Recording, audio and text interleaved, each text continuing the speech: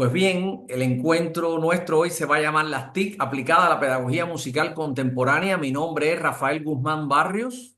Soy profesor de la Universidad Internacional de La Rioja, nacido en Cuba, pianista, compositor, pero también ingeniero. Es un placer hablar de este tema que me fascina y que consideramos todos los que nos dedicamos a la música y a la pedagogía musical que tiene un futuro y un presente enorme. Pues bien, empezamos con esta presentación que evidentemente está hecha por la IA, está generada por la IA. Le pedí a la IA, exactamente a ChatGPT, que para la clase, para esta Open Class, generara una imagen específica, una imagen destinada a esta Open Class, que se va a llamar las TIC aplicadas a la pedagogía musical contemporánea.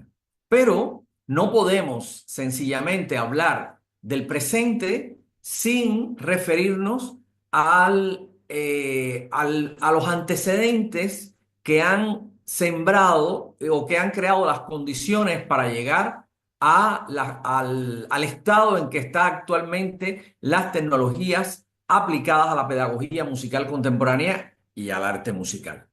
Por lo que el orden de hoy de esta Open Class va a ser el siguiente. Primero, los antecedentes históricos de las TIC en la pedagogía musical. Es decir, como le dije, no podemos partir de un presente cuando hay unos antecedentes fortísimos que sembraron las bases para lo que hoy conocemos como, o lo que vamos a abordar después ya en el punto 4 y en el ejemplo del punto 5, donde vamos a ver en la práctica cómo un software de inteligencia artificial puede componer una música inédita con un texto que nosotros le creamos, que le insertamos. En el punto 2 vamos a ver las herramientas fundamentales TIC en la educación musical y sus componentes. En el punto 3 vamos a entrar entonces en la inteligencia artificial en la enseñanza musical. Un poco que ese sería como el eje, el punto, el protagonista, el rol de este encuentro. Como punto 4, las perspectivas futuras y desafíos de la tecnología en la pedagogía musical. El punto 5, vamos a ver el ejemplo de Suno, que es un software, una IA destinada a componer, especialista en componer. ¿Y por qué traigo la de composición? Porque la creación está en el aula. La creación siempre debemos llevarla al aula, a los procesos pedagógicos y didácticos. Es decir, si no hay creación, pues sencillamente lo que hay es interpretación y mímesis, que también es válido, pero la creación es básica. Para al final dejar pues el espacio para las posibles preguntas.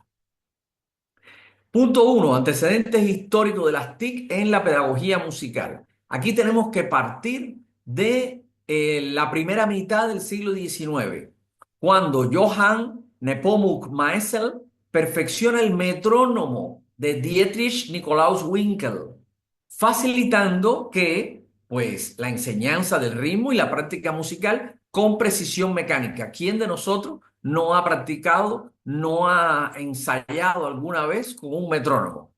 Pues sencillamente el metrónomo, ahí parte lo que es las tecnologías ya aplicadas a la enseñanza. Cuando nosotros estamos practicando cualquiera de nuestros instrumentos con ayuda del micrófono, del metrónomo, pues tenemos que remontarnos a Maesel, que lo perfecciona. ¿Perfecciona cuál? El de Winkel. Bien, después viene en los 1877 Tomás Alva Edison, que inventa el fonógrafo. Oiga, eso fue un gran invento, hay un antes y un después. ¿Por qué? Porque ahora permite que los músicos estudien e interpreten obras musicales. Es decir, gracias a la grabación y la reproducción que hace el fonógrafo, recuérdense que antes de Tomás Alva Edison, la música sucedía y se evaporaba. Había que escucharla en tiempo real. Sin embargo, Tomás Alva Edison logra que se registre un concierto, que se registre, que se pueda escuchar después innumerables veces. Primero, en 1877, con ese sistema mecánico, que permite exactamente grabación y reproducción, lo que transforma la manera de qué, de estudiar e interpretar las obras, porque ya la obra no queda, que logra permanecer y no está como antes, que sencillamente se evapora una vez que se termine de interpretar.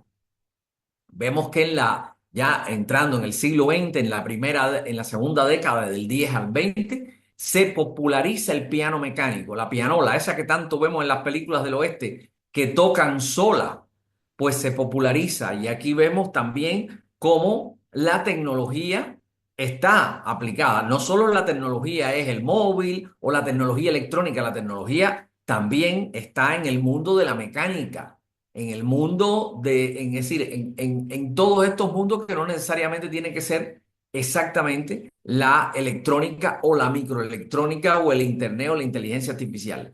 La tecnología también está en el mundo de la mecánica. Claro que esto permitió este piano mecánico, pianola que tocaba solo en el oeste, porque tocaba con unos rodillos perforados, le permitía a los estudiantes analizar ejecuciones sin la necesidad de un intérprete presente. Y esto no podemos perder de vista que estamos en la tecnología aplicada en la pedagogía musical. Vemos que en 1925 se introduce la grabación eléctrica de sonido, mejorando la calidad de las grabaciones anteriores. Es decir, grabábamos con Thomas Alva Edison de manera mecánica y ahora la grabación es eléctrica. Es decir, se logra con las primeras, con una rudimentaria electrónica, ya se estaba haciendo las grabaciones de las obras de los sonidos. Se sustituyó el sistema mecánico de Edison por micrófono, que es un transductor que recoge la señal, es decir, que transforma en señal eléctrica las variaciones de onda de un sonido en un medio determinado. En este caso, el medio que nos rodea, pues, es el aire. En 1930, la radio es un medio clave para la educación musical a distancia. A pesar, sí, ya desde la radio y después la televisión, unos años después, sirvió también para que se educara por supuesto que a distancia, tanto en la radio y la televisión, para que sirviera como un medio educativo a oyentes, músicos, perceptores o lo que sea. Ya en 1940 surge el disco de vinilo, que ahora nos parece un dinosaurio, pero que en aquel momento era un recurso didáctico. Yo, por ejemplo, aprendí a muchísimos solos y muchísimas improvisaciones en los años 80 a través de disco de vinilo, que lo cambiaba de posición y copiaba los solos, le daba para atrás, copiaba los solos, hasta que muchos de ellos los rayé también. Por lo tanto, surge en el 40, pero ha servido para que los estudiosos, musicólogos, intérpretes estudien, copien, analicen, deconstruyan, lo que sea, las grabaciones de los discos de vinilo.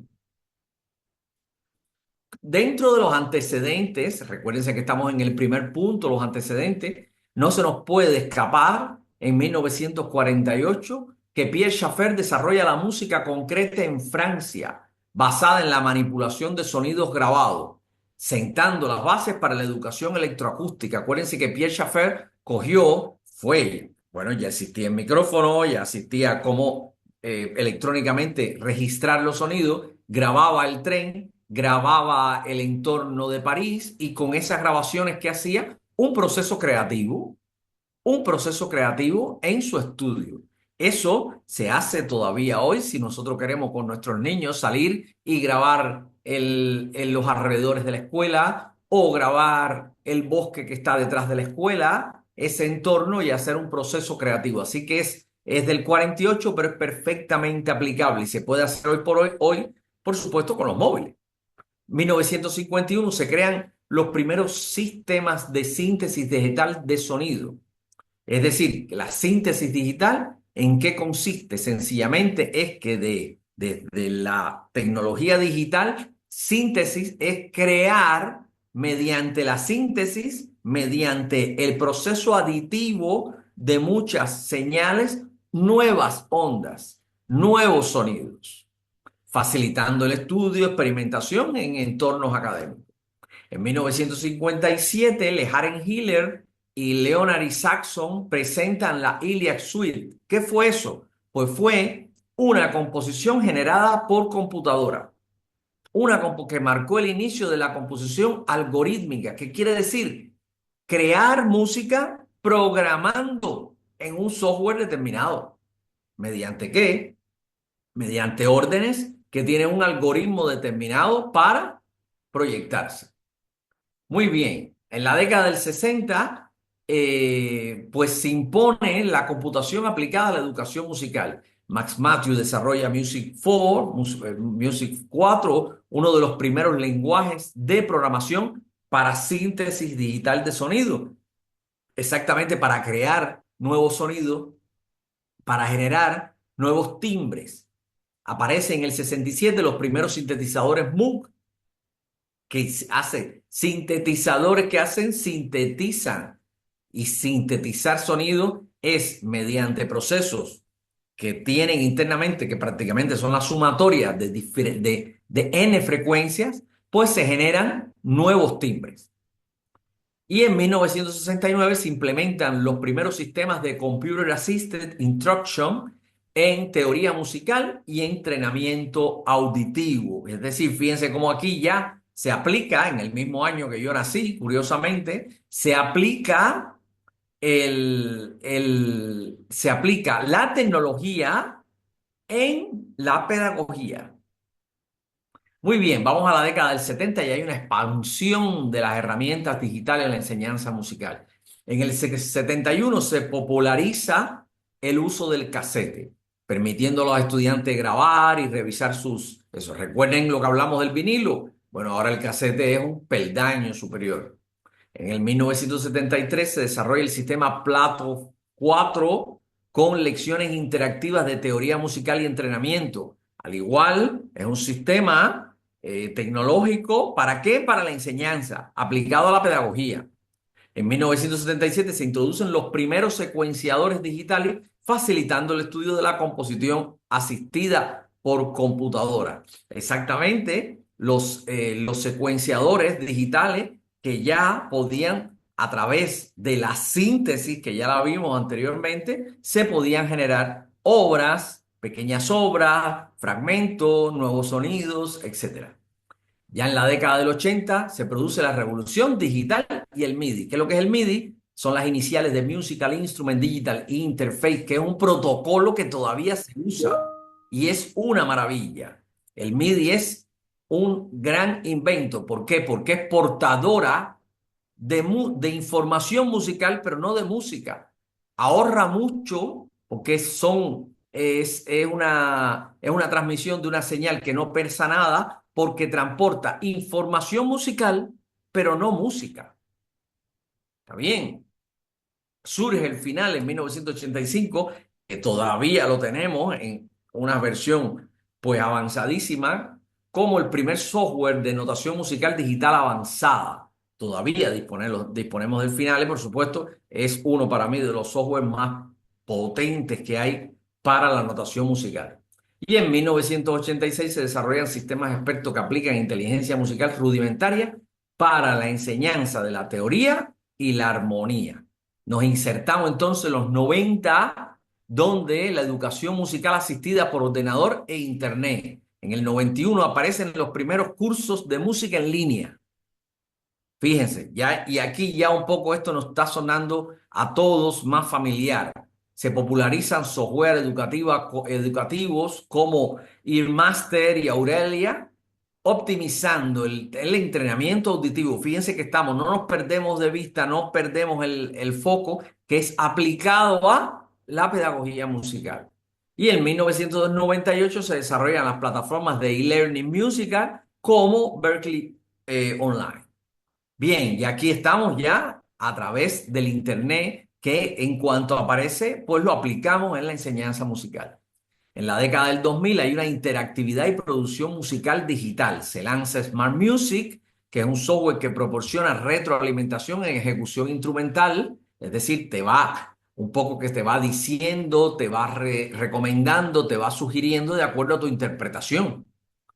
Surge YouTube, que sabemos que es, oh vaya, ¿quién de nosotros no ha estado, no ha acudido a YouTube para aprender de todo lo que nos haga falta está ahí? Claro, en esta gran libertad, en este mundo, en este mare magnum, pues hay que discernir, saber discernir cuando la información es seria, fidedigna, rigurosa y cuando no.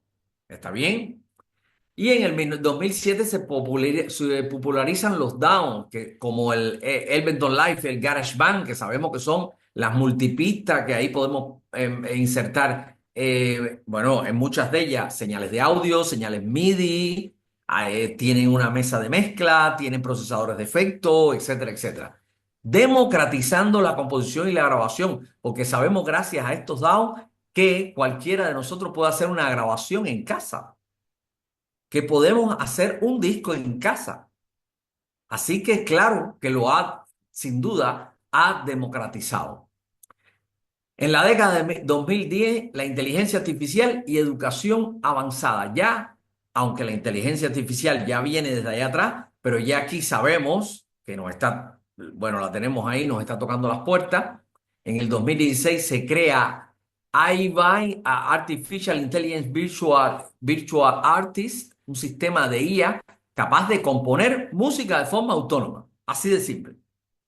En el 2017, Google lanza Magenta, un proyecto de IA para la generación musical, y en el 2019 se desarrollan modelos de aprendizaje profundo aplicados a la enseñanza musical como Music Transformer. Es decir, ya aquí, desde el 2016, la inteligencia, bueno, desde mucho antes, aquí estamos viendo los acontecimientos más relevantes, pues se empieza a componer música a través de la ¿qué? De la inteligencia artificial generativa. Y ya en esta década en la cual estamos, hay una consolidación de esta inteligencia artificial con aplicaciones como YouMusician o Melodic que integran la IA para obtener retroalimentación instrumental en tiempo real. Están los chatbots educativos que todos los conocemos. Ahora tenemos al ChatGPT, pero también ahora está DeepSeek, que es incluso hasta gratuito. El ChatGPT también tiene una opción gratuita y tiene una opción de pago. Está Queen. Bien. Y en el 2023 se desarrollan herramientas de composición colaborativa con IA, permitiendo a los estudiantes interactuar con algoritmos que sugieren armonizaciones, es decir, hacer la obra a cuatro manos, hacer la obra entre el estudiante, el compositor o quien sea, hacerla a cuatro manos, es decir, no delegarla, que la haga la IA, sino hacerla a cuatro manos, interactuada totalmente. Hasta aquí hemos visto los antecedentes para llegar a donde estamos, donde en este segundo punto vamos a ver herramientas TIC en la educación musical y sus componentes. Vamos a ver 5 fundamentales herramientas TIC, clasificadas de forma general: los software de notación y edición musical, producción y grabación, los software y aplicaciones para producción y grabación de audio en la enseñanza. C, las herramientas para la enseñanza del entrenamiento auditivo y la teoría musical. D, plataformas y aplicaciones en la enseñanza instrumental. Y E, tecnologías colaborativas y enseñanza a distancia. Vamos a ver, a quedarnos en los finales. ¿Cuáles son los de notación musical? Bueno, casi todos nosotros hemos manipulado el MuseScore o el Sibelius o el Finale. Me acuerdo cuando yo era estudiante también había uno que se llamaba el Encore, que no sé si existe, pero no estaba malo, estaba bueno, muy sencillo. Quizás perdió fuerza en la competencia o estaba destinado a desaparecer. La ventaja del uso de la notación digital frente a la escritura manual, bueno, lo sabemos, aunque todavía la escritura manual tiene un encanto maravilloso. Y como aplicaciones didácticas de estos software de notación y edición musical, tenemos para hacer transcripciones, arreglos, composición interactiva, etcétera.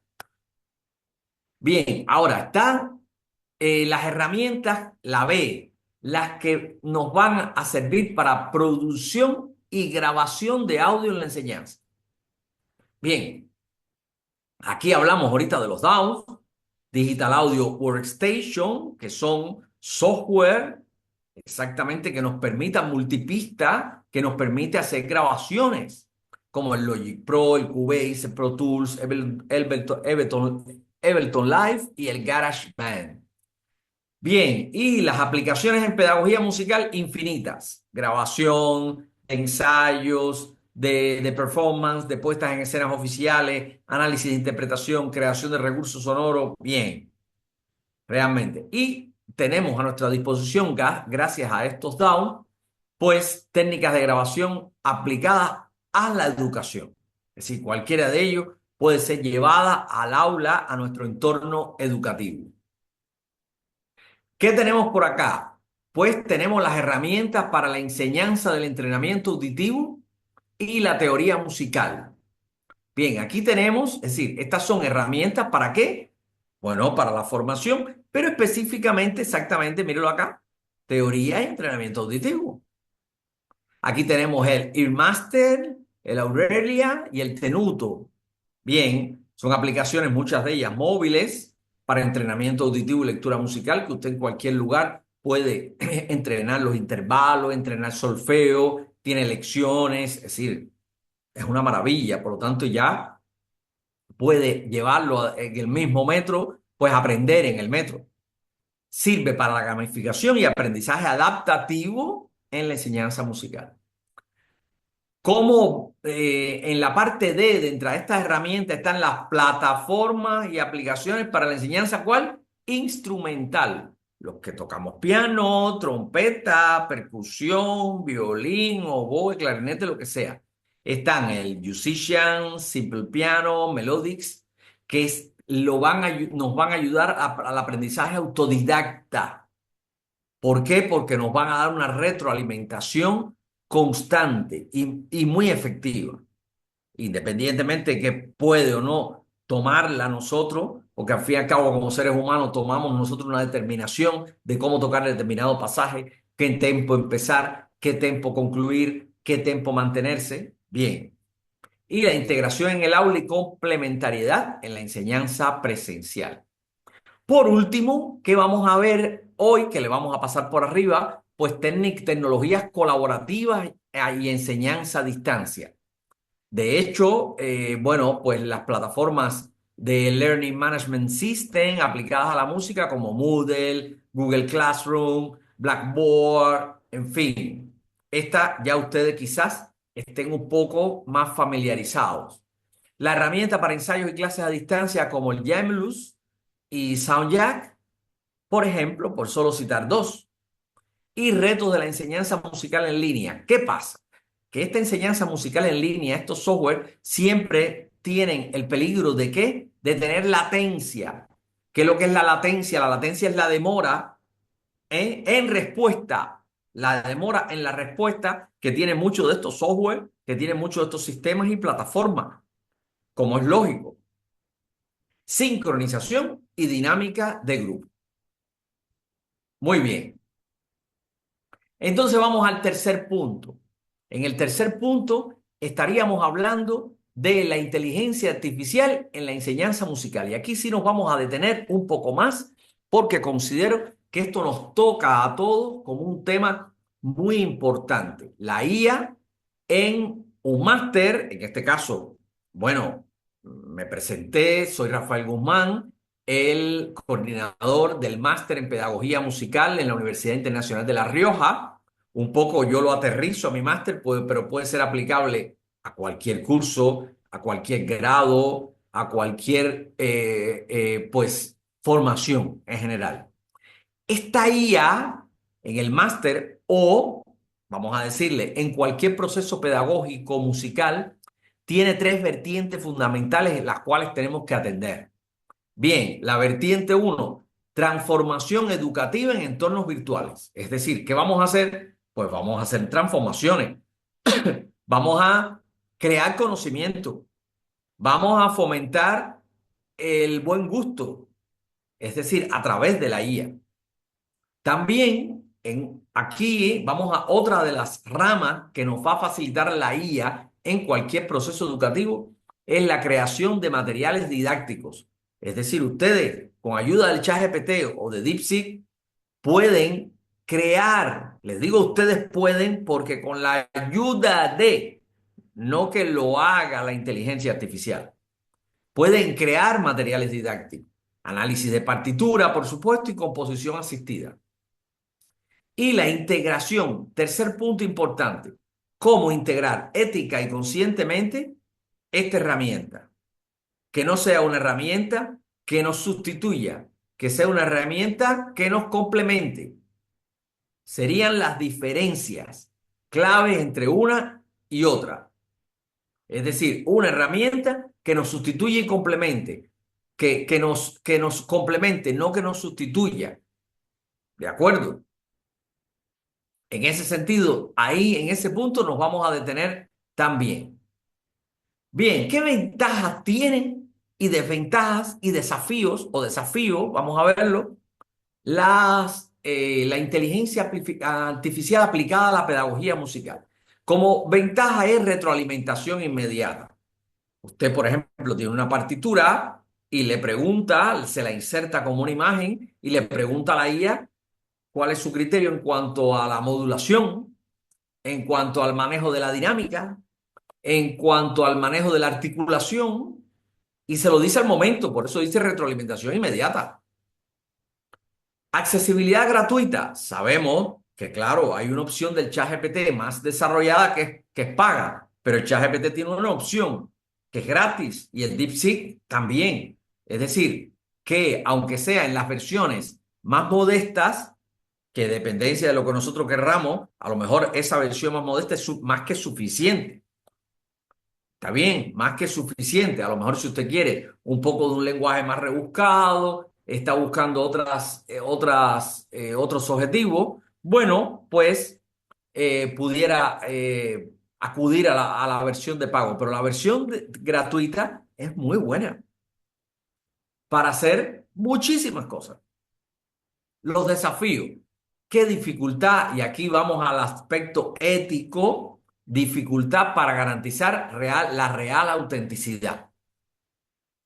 Y aquí nos vamos a detener después por la importancia que tiene este punto. Y el riesgo, como les dije, de utilizarlo como sustituto del pensamiento crítico y reflexivo. No puede ser nuestro sustituto la IA para componer. No puede ser porque además no va a hacer el examen por nosotros. ¿De acuerdo? Por lo tanto, no puede ser sustituto, tiene que ser complemento. Tiene que ser el que aporte a nuestros objetivos. ¿De acuerdo? Entonces, aquí estamos en las ventajas y desafíos. ¿Cómo integrar el uso de la IA? Bueno, cuando usted, por ejemplo, en las estrategias para elaborar, si me están escuchando docentes, profesores, directores de cátedra, de facultades, etcétera, tenemos que integrar el uso de la IA. Hay que integrarlo, no se puede ocultar. Nosotros lo utilizamos y hay que decirle al estudiante que lo utilice, que está en sus manos, que sea un especialista. Hay que fomentar la educación en la IA, hay que fomentar el hecho de que la IA llegó para quedarse y que por lo tanto utilizarlo tiene que ser el día a día. ¿De acuerdo? Bien, pero cuando un alumno de usted o usted integra la IA, hace una actividad o una tarea con la IA, por ejemplo, si usted es profesor, usted le pudiera un poco para chequear hasta dónde está el pensamiento individual y crítico y hasta dónde está el aporte de la IA, documentar, que documente el estudiante, que documente cómo ha utilizado la IA y reflexionar sobre los resultados, porque a lo mejor la IA dio los resultados inesperados con los cuales tú no estás de acuerdo. Y tú, cuando la IA te generó una hipótesis o una opción con la cual tú no estás de acuerdo, pues tú no vas a aferrarte a lo que dice la IA. Tú sencillamente entras en polémica, en matizar lo que dice la IA y tu criterio personal. Bien, diseñar preguntas donde se comparen resultados. Esto es algo parecido. Es decir, mira, la IA me generó ante esta pregunta este resultado. Y yo, por el libro o por las notas del profesor, tengo este y este. Eso es estudiar. Eso es estudiar y buscar.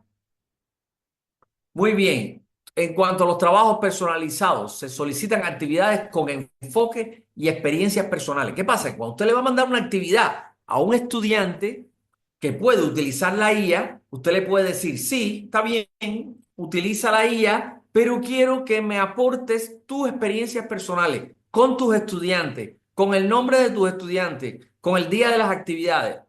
Es decir, utiliza la IA, es permitido, es legal, pero aterrízala en tu contexto. Y ahí es cuando sabremos si entendió o no. Bien, sobre la verificación del uso de la IA en los trabajos.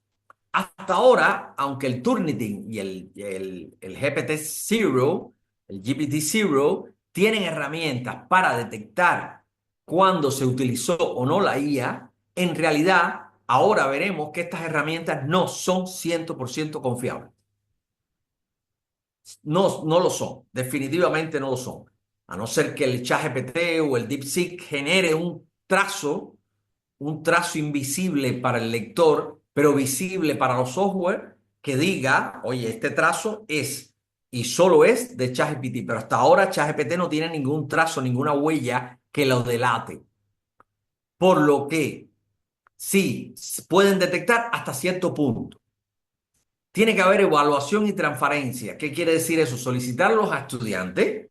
Esto no, ay, que si va a utilizar la IA, ¿qué va a pasar? No, no. Decirle a los estudiantes que la usen. Y entonces, para manifestar el pensamiento crítico, que describan sí y cómo utilizaron las herramientas IA en su trabajo. ¿Cuál fue su aporte personal? ¿Qué fue lo que hizo la IA? ¿Qué nuevas ideas les dio la IA? Es decir, argumentar eso.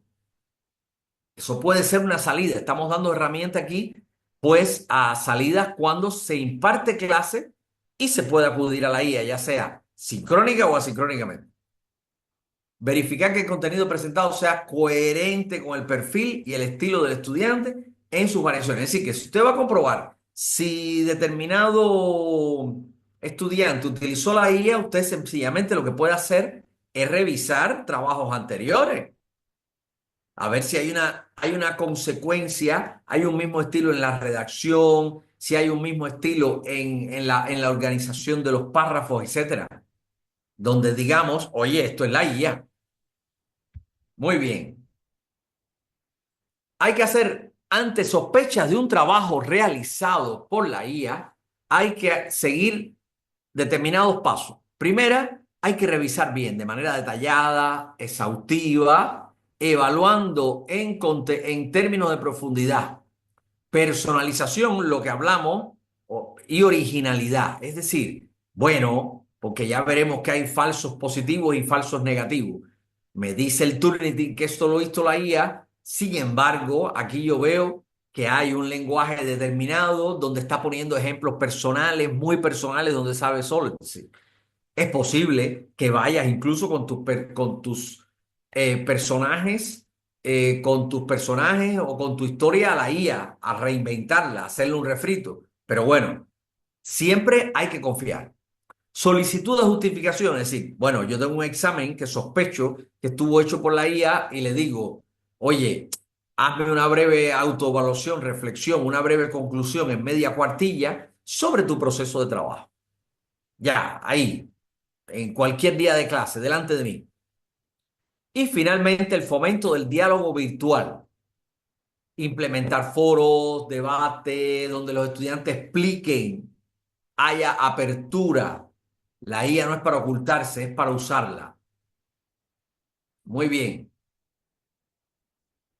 Ahora, sobre las herramientas de detección, cuando utilizamos la IA, acuérdense que estamos en la IA en la pedagogía musical, todo esto son desafíos. Ya habríamos hablado que el GPT-0 y el Turnitin son herramientas para detectarnos si se usó o no la IA. Pero cuidado, no son confiables. Tienen una fiabilidad limitada. Por lo tanto, el número que genere no es información suficiente para saber si se hizo o no una copia o un fraude. No hay herramienta.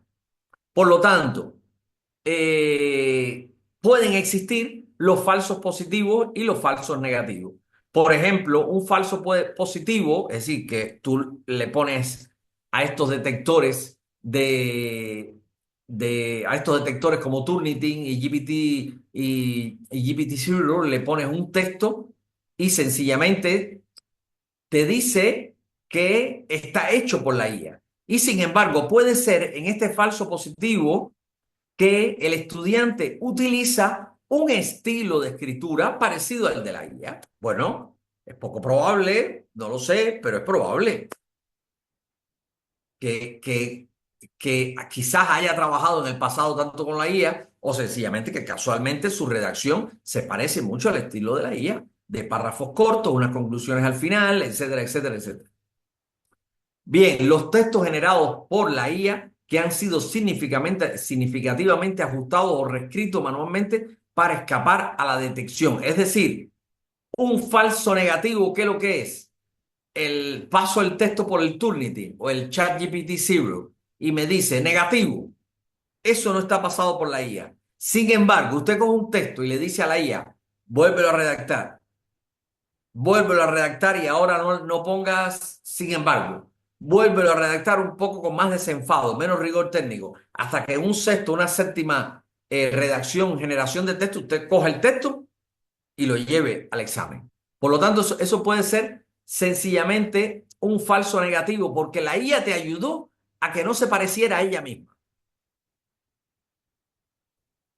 Bien, limitaciones con versiones avanzadas de IA. Sí, hoy por hoy hay muchas limitaciones para detectar si se hizo o no por la IA, porque hay unas versiones muy avanzadas que generan ya un lenguaje más rico, más complejo. Digo, es decir, recuerden que la única manera para evitar que, que sencillamente, es decir, estas herramientas ya generan unos textos tan complejos que sencillamente los detectores de IA pueden decirte, pues no está hecha por la IA. Está bien. Y lo otro, que en lenguajes distintos al inglés no tienen la misma eficacia los detectores de plagio por IA.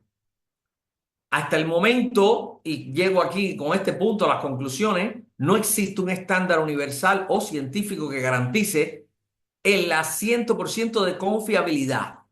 Se sugiere, si usted tiene un examen ante usted que parece que está hecho por la IA, tomarse solo como indicación inicial y después comenzar un proceso de seguimiento, observación, investigación, etcétera.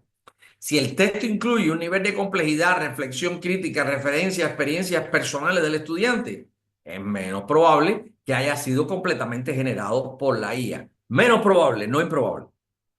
Bien, vamos al punto 4, perspectivas futuras y desafíos de la tecnología. Aquí tenemos que hablar de la realidad virtual, de la realidad aumentada, del blockchain y de los NFT, de los tokens no fungible.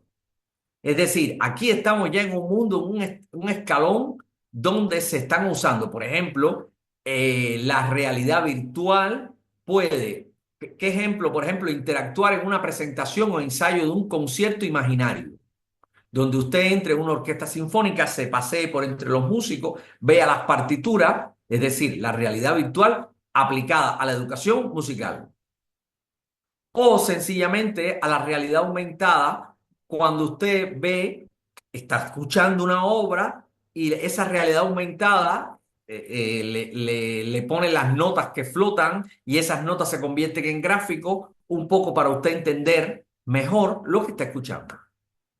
Es decir, la realidad aumentada aplicada a la educación musical.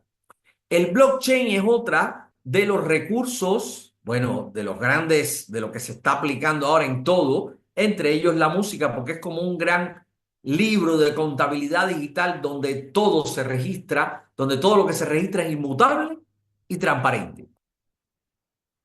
Y los NFT son activos digitales que se registran en el blockchain, que certifican propiedad, que puede ser una obra nuestra, una partitura, etcétera. Cualquier cosa que usted registre dentro del blockchain como propiedad puede ser un NFT y autenticidad. Lo puede vender, puede ser una partitura, un audio o cualquier contenido digital.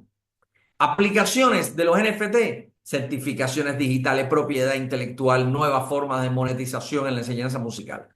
Y este punto 4 lo terminamos con esta pregunta. Es decir, sustitución o complemento, siempre complemento, no sustitución. ¿Por qué? Porque se van a crear y se están creando mecanismos para detectar cuando usamos cualquiera de los elementos de inteligencia artificial. Bueno, esto aquí ya esto es como una conclusión de la parte de la inteligencia artificial, pero que tanto la realidad virtual como la realidad aumentada son complementos aditivos a la enseñanza tradicional que todavía, pues, se emplea y todavía funciona.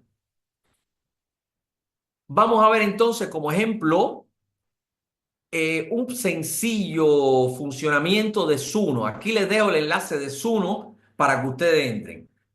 Tiene una opción gratuita y tiene una opción de pago. Es decir, que pueden experimentar en la opción gratuita y que tiene resultados muy buenos. Es pues sencillamente una aplicación IA para componer.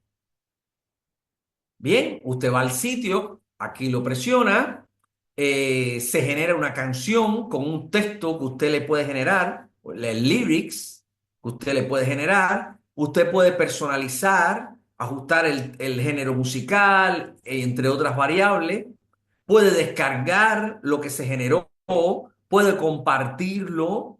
Suno también tiene posibilidades de aplicación como accesibilidad, eficiencia, versatilidad, educación, sirve para la inspiración, para la educación, es versátil. ¿Por qué? Porque soporta a muchos géneros musicales. Es eficiente porque reduce el tiempo para producir una canción. Es accesible porque es muy potable, es muy fácil de manejar.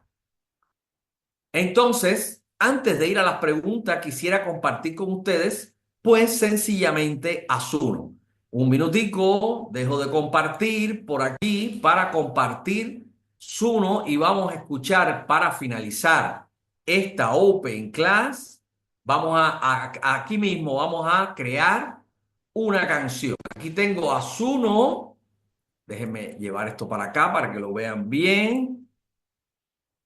Aquí tengo a Suno. Yo tengo aquí una versión de las pagas más económicas, sí, pero la gratis usted puede usar hasta la versión 3.5. Vamos a ver la versión 4, el Newest, with Best Vocal Quality and Song Structure, que es una canción que yo puedo hacer aquí. Bueno, pues sencillamente puede hacer una canción, podemos generar, por ejemplo, aquí ponemos un texto.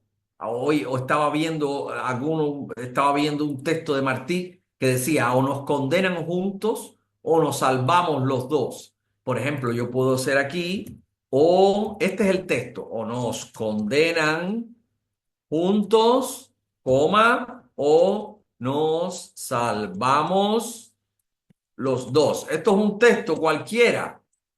Porque hoy, bueno, para tampoco coger un texto chabacano, un texto grosero, ni nada de esas cosas, coger un fragmento del poeta nacional de Cuba, el gran poeta, del José Martí, y vemos también aquí, bueno, el poeta nacional es Nicolás Guillén, el actor, el maestro, le decimos nosotros José Martí. Aquí vamos a seleccionar el estilo de música. Vamos a ver aquí, vamos a ver. Bueno, pero si no nos gusta, vamos a coger uno de aquí. Vamos a poner, por ejemplo, un power pop. No lo sé, pero también vamos a coger eh, una samba. Vamos a ver si por aquí está la samba. Ah, bueno, mira, aquí hay pop. No vamos a coger el power pop. Vamos a coger el pop. Mejor, para que no sea tan power. Vamos a ver. Vamos a coger el pop. Quitamos este. No lo sé. Vamos a buscar a ver qué más nos puso por aquí. No nos puso. Bueno, puede ser samba, pop. ¿Y cuál otro? Y rock. Vamos, esa mezcla. Oye, una mezcla increíble. Con este texto, esta mezcla, vamos a ponerle un título. Vamos a ponerle Open Class. Y vamos a decirle que lo cree. Y ahí está en proceso creando. Vamos a esperar, fíjense que nos va a hacer dos versiones. Dos versiones nos está haciendo. Bien, nos va a hacer dos versiones con este texto y estos ritmos. Vamos a escuchar la primera. Bien, vamos a escuchar la primera. Por lo menos un fragmento.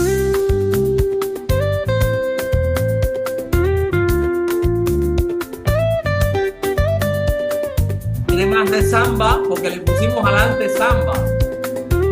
Pero vamos a escucharla. O nos condenan juntos, o nos salvamos los dos. Como ven, O nos condenan con el texto. juntos, o nos salvamos los dos. Muy bien. O nos condenan juntos, Una variación. o nos salvamos los dos. O nos condenan juntos, Está como hablado en portugués. o nos Bueno, eso después usted salvamos los lo dos. determina. O nos condenan juntos, Tercera variación. o nos salvamos los Porque dos. No nos condenan puede ser hasta 4 minutos tener una canción. o nos hasta 4 minutos. salvamos los dos. O nos condenan juntos, Fíjense que esto se parece o nos más a la salvamos al los principio. dos. O nos condenan juntos, o nos salvamos los dos. Otra variación. O nos condenan juntos, o nos salvamos los dos. Vamos a escuchar la segunda versión. Vamos a ver. Vamos para acá.